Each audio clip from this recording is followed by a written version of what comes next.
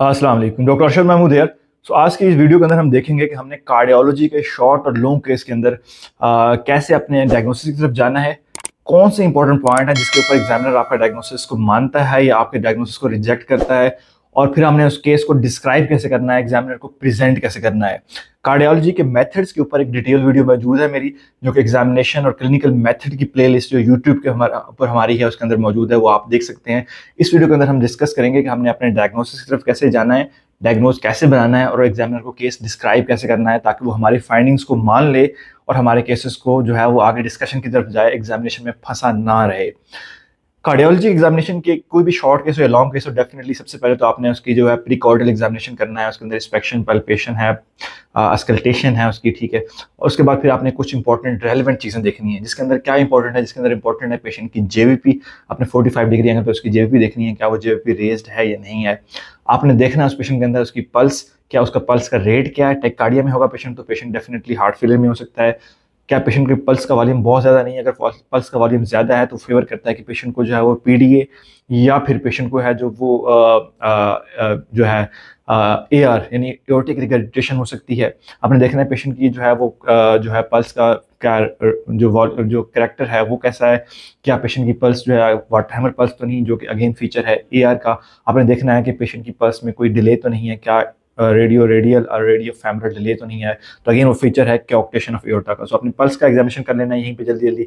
और उसके बाद आपने उसका जो है ब्लड प्रेशर कर सकते हैं आप उसका। उसके बाद आपने जो है पेशेंट को जो चला के देखना है, गेट इंपॉर्टेंट है खासतौर पर साइनेटिक हार्ट डिजीज में, क्योंकि उनके अंदर स्ट्रोक बहुत ज़्यादा कॉमन होता है। तो अगर आपने गेट देख लिया, उसका हेमोरेजिक गेट है, तो आप एक अच्छे जो है बहुत बड़े एग्जाम सरप्राइज से जो एंड पे आपको मिल सकता है उससे बच सकते हैं।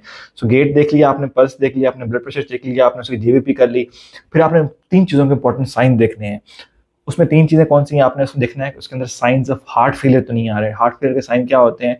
टैक्कार्डिया, टिकिपनिया, एडीमा, हिपैटोमेगली, बेसल क्रेपिटेशंस। तो इनको आपने जितना हो सकता है आप देख लें। एग्जामिनर एंड पे पूछेगा क्या बेटा आपका बच्चा हार्ट फेलियर में तो नहीं है, तो आप बताएंगे नहीं, ये अभी हार्ट फेलियर में नहीं है, रीज़न क्या है, ये है, ठीक है।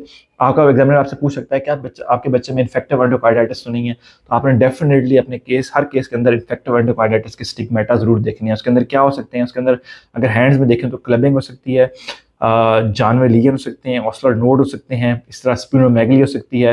ये इंपॉर्टेंट फाइंडिंग्स हैं। फंडोस्कोपी आप ऑफर करके उसको रॉड स्पॉट दे सकते हो। आपने अगर आपके पेशेंट के अंदर एमआर का मरमर आ रहा है या एआर का मरमर आ रहा है, तो डेफिनेटली उस केस में आपने उसके जो है वो रोमैटिक स्टिग्मेटा जरूर देखते हैं कि एक रोमैटिक का जो मेजर क्राइटेरिया, माइनर क्राइटेरिया के फीचर्स आपके अंदर तो नहीं आ रहे। क्या उसको फीवर तो नहीं है, क्या उसके जॉइंट में किसी में आर्थराइटिस तो नहीं है, क्या उसको सबक्यूटेनियस नोड्यूल्स तो नहीं है, क्या उसके लिए आपने उसके जो है वो एक्सिलरी जो एल्बोज हैं वहाँ पे आपने फील करना है, और उसकी स्पाइन के ऊपर फील कर सकते हैं। आपने देखना है क्या उसका जो है वो कोई अर्थिंग मार्जिनेटम यानी चेस्ट के ऊपर कोई रैश तो नहीं है, तो वो आपने देख लेना है। क्योंकि एग्जामिनर आपसे पूछेगा कि भाई आपके पेशेंट क्या एक्टिव रोमैटिक हार्ट डिजीज का केस है, क्या यह एक क्रोनिक या रोमैटिक फीवर का पेशेंट है, ये rheumatic heart disease with recurrence का केस है। तो आप सारे आंसर्स तभी बताएंगे जब आपने ये सारी चीज़ें आपने शॉर्ट केस या लॉन्ग केस के जो कार्डियक एग्जामिनेशन है उसके और रेलेवेंट में देखी होंगी। तो अब हम आते हैं मेन कार्डियक एग्जामिनेशन यानी प्री कॉर्डियल एग्जामिनेशन में। आपने मेन चीज़ जो आपके जो डायग्नोसिस को डिफरेंशिएट करती है, बयान करती है, जिसके ऊपर आपका डायग्नोसिस बनता है, वो क्या है? वो है हार्ट साउंड्स, वो हैं आपका मरमर की डिस्क्रिप्शन। अगर ये आपकी ठीक है तो एग्जामिनर कभी आपको जो है वो डिस्ट्रैक्ट नहीं कर सकता। अब हम देखते हैं इंडिविजुअली। जो अगर हम कार्डियक केसेस को देखें तो 2 तरह के कार्डियक केसेस होते हैं। एक होते हैं साइनेटिक कार्डियक केसेस और एक एसाइनेटिक कार्डियक केसेस आते हैं। एग्जामिनर के पॉइंट ऑफ व्यू से जब भी आपको पेशेंट कोई साइनोटिक का कार्डियक डिजीज का मिलेगा, तो आपने डेफिनेटली आपका माइंड जाना चाहिए कि ये टॉफ है या फिर टॉफ लाइक फिजियोलॉजी है। दोनों के अंदर फाइंडिंग सेम आएंगी, आप उसको क्लिनिकली डिफरेंशिएट नहीं कर सकते, उसके लिए आपको एको चाहिए। सो ये एक बहुत बड़ी जो है नेमत है, एक समझ लें आपको एग्जाम के पॉइंट ऑफ व्यू से कि जब साइनोटिक पेशेंट एग्जाम के अंदर आएगा तो आपका माइंड चला जाना चाहिए कि यार ये टॉफ है या टॉफ लाइक फिजियोलॉजी है, इसकी फाइंडिंग सेम होंगी, इसके डिफरेंशियल सेम होंगे, उसको मैंने सेम लेके चलना है। अगर आपका पेशेंट ए साइनोटिक है तो उसके अंदर जो टॉप के 3 केसेस आते हैं वो या तो पीडीए होता है, या फिर वीएसडी होता है, या फिर जो है वो एमआर होता है। रेयरली जो है वो ईएसडी या ईआर आ जाता है, उनको हमने डिस्क्राइब नहीं किया। अगर आप वो चाहेंगे तो हम फिर नेक्स्ट वीडियो के अंदर उसको डिस्क्राइब करेंगे। इसके अंदर हम इन 3 केसेस को लेके आगे चलेंगे। तो अगर आपका पेशेंट साइनोटिक है तो उसके अंदर क्या फाइंडिंग्स होती हैं उसको हम सबसे पहले देख लेते हैं। तो अगर उसमें हम हार्ट साउंड की बात करें तो उसके अंदर फर्स्ट और सेकंड हार्ट साउंड ऑडिबल होती हैं। P2 जो सेकंड हार्ट साउंड का P2 कंपोनेंट देता है वो सॉफ्ट होता है और आपको एक मरमर सुनाई देता है। अब मरमर में क्या इंपॉर्टेंट अब सबसे बताना है आपका कि मरमर क्या है। आपने उसका मरमर जो होता है, पल्मोनरी स्टेनोसिस का मरमर जो होता है, क्योंकि इसके अंदर हालांकि दोनों लीजन होते हैं, पीएस भी होती है और जो है वो वीएसडी भी होता है, लेकिन क्योंकि वीएसडी इतना बड़ा होता है, जो है वो नॉन रिस्ट्रिक्टेड वीएसडी होता है, तो उसका कोई मरमर नहीं बनता, इतना फ्लो खुला जा रहा होता है कि क्योंकि मरमर होता है वो टर्बुलेंस और ब्लड फ्लो से होता है। चूंकि बहुत बड़ा अनरिस्ट्रिक्टेड वीएसडी होता है तो टर्बुलेंस नहीं होती, तो उसका मरमर नहीं होता, मरमर सिर्फ पीएस का आपको मिलता है। तो इसका जो मरमर होता है वो होता है इजेक्शन सिस्टोलिक मरमर, और ये इसकी लोकेशन जो होती है उसकी मैक्सिमल इंटेंसिटी आपको मिलती है लेफ्ट अपर स्टर्नल बॉर्डर पे। So ejection systolic murmur, maximal intensity on the left upper sternal border. इसकी रेडिएशन स्पेसिफिक नहीं होती, और इसका करेक्टर जो भी मरमर जो स्टेनोसिस वाले मरमर होते हैं उनका करेक्टर जो होता है वो हार्श होता है, ठीक है। और इसकी जो आपने ग्रेड बताना है, ग्रेड अगर तो उसका रूल यही है कि अगर आपकी थ्रिल आ रही है, यानी आपको मरमर पेल्पेबल पे पेल्पेशन पे फील हो रहा है, तो उसका जो है वो ग्रेड 4 है। अगर आपको मरमर पेल्पेशन पे फील नहीं हो रहा तो एग्जाम में आपने बताना है इसका ग्रेड 3 है। ये एक फिक्स चीज है। सो आप बताएंगे कि first and second heart sound are audible with usual splitting and P2 is soft. Ejection systolic murmur is maximally heard on the left upper sternal border with of grade 3/3 and harsh in character without any specific gradation. So आपकी ये description हो जाएगी। जब आप examiner को ये बताएंगे तो एग्जामिनर एक ही चीज सोचेगा, और वो सोचेगा कि इस पेशेंट को टॉफ है या टॉफ लाइक फिजियोलॉजी है। अब हम आते हैं एसोनोटी की तरफ। तो पीडीए का मरमर, तो पीडीए का मरमर आप बताएंगे कि first and second heart sound और ऑडिबल, ठीक है, with usual splitting. Usual splitting होती है, एएसडी में हमारी फिक्स स्प्लिटिंग होती है, बाकी सारों में यूजुअल स्प्लिटिंग होती है। अगर तो पीडिया केस दो तरह का आ सकता है। अगर बहुत छोटे बच्चे में पीडिया आएगी तो उसका मरमर जो है वो मशीनरी मरमर होगा या कंटिन्यूस मरमर होगा। अगर लेट स्टेज पे पीडिया आएगी, मतलब 4 साल पे इस साइड एज के ऊपर, तो डेफिनेटली उस केस में पल्मोनरी हाइपरटेंशन डेवलप हो जाती है। तो उस सूरत में मरमर आपका जो होता है वो सिस्टोलिक मरमर होता है, और P2 उसकी लाउड होती है, और जो है P2 उसकी जो है वो लाउड होती है। तो अगर तो आपका मरमर शुरू की स्टेज में आएगा तो आप बताएंगे कि first and second heart sounds are audible with usual splitting. A continuous murmur is heard maximally on the left upper sternal border with radiation towards the back. So पीडिया का मरमर रेडिएट करता है बैक की तरफ, ठीक है। और आपने बता देना है कि उसका ग्रेड क्या है। सो अगर मरमर थ्रिल आ रही है तो आपने बता देना है कि ग्रेड 6, ठीक है। अब हम बताते हैं जो है वीएसडी के मरमर की तरफ। तो अगेन आपने बताना है कि first and second heart sound are audible. VSD में अगर तो उसकी पल्मोनरी हाइपरटेंशन डेवलप हो गई है तो आपने बता देना है कि P2 उसकी लाउड है, ठीक है। First and second heart sound are audible, P2 is loud, splitting is usual. A murmur, a whole pansystolic murmur is maximally heard on the left lower sternal border, ठीक है। So left upper sternal border पे तो हमारा मरमर होता है PS का, हमारा मरमर होता है PDA का, जबकि लेफ्ट लोअर स्टर्नल बॉर्डर पे हमारा मरमर होता है VSD का। So pansystolic murmur is heard on the left lower sternal border of grade thrill आ रही है तो ग्रेड 4/4 है। ऑफ ब्लोइंग इन कैरेक्टर, इसका ब्लोइंग कैरेक्टर होता है, and radiation to across the sternum towards the right side. तो इसकी रेडिएशन जो है वो राइट साइड पे स्टर्नम के अक्रॉस होती है। तो जब आप ये बताएंगे तो एग्जामिनर को पता चल जाएगा कि भाई इसको पता है कि क्या केस है, और वो आपको इस चीज का फुल क्रेडिट देगा। अब हम आते हैं एमआर के मरमर की तरफ। तो आपने बताना है कि first and second heart sound are audible with soft S1। तो एमआर में S1 सॉफ्ट होती है, ठीक है। Pansystolic murmur is heard of blowing in character grade 3/6, maximally heard on the apex, ठीक है, with radiation towards the ipsilateral axilla। तो इस तरह आपकी ये डिस्क्रिप्शन कंप्लीट हो जाती है, आपकी डिस्क्रिप्शन में कोई खामी नहीं होती।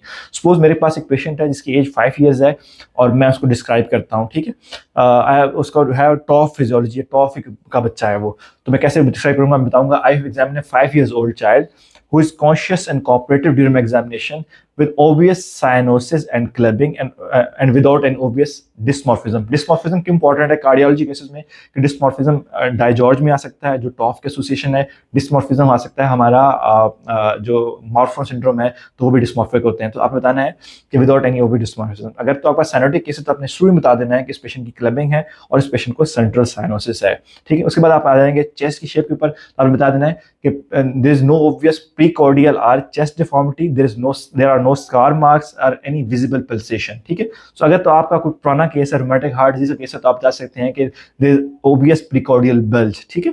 अगर तो आपका बीटी शंट हुआ है तो आप बताएंगे कि भाई स्कार मार्क है और उसकी लोकेशन क्या है, ठीक है। तो उस अकॉर्डिंगली आप बताना है। अगर आपकी विजिबल पल्सेशंस आ रही हैं, मिसाल के तौर पे अगर आपका बहुत ज़्यादा कोई हाइपरडायनेमिक हार्ट कंडीशन है, हार्ट फेलियर के अंदर पेशेंट है, या कोई रूमेटिक हार्ट डिजीज का पेशेंट है जिसके अंदर बहुत ज़्यादा ओवरफ्लो कंडीशन आ रही है, तो उसमें आपकी एपेक्स बीट विजिबल और पल्स स्टाइल भी हो सकती है। तो आपको बताना है कि visible pulsation are felt on the apex area, ठीक है, are seen on the apex area.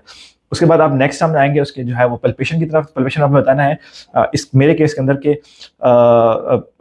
Apex beat is localized in the fifth intercostal space medial to mid clavicular line of normal character. तो अपने apex beat को बताना है कि उसका character क्या है। कैरेक्टर जो है आपको पता है हीविंग हो सकता है, टैपिंग हो सकता है, और हीविंग जो है वेल सस्टेन्ड हो सकती है, इल सस्टेन्ड हो सकती है। ये सारी चीजें मैंने पिछली वीडियो के अंदर डिस्कस कर ली हैं।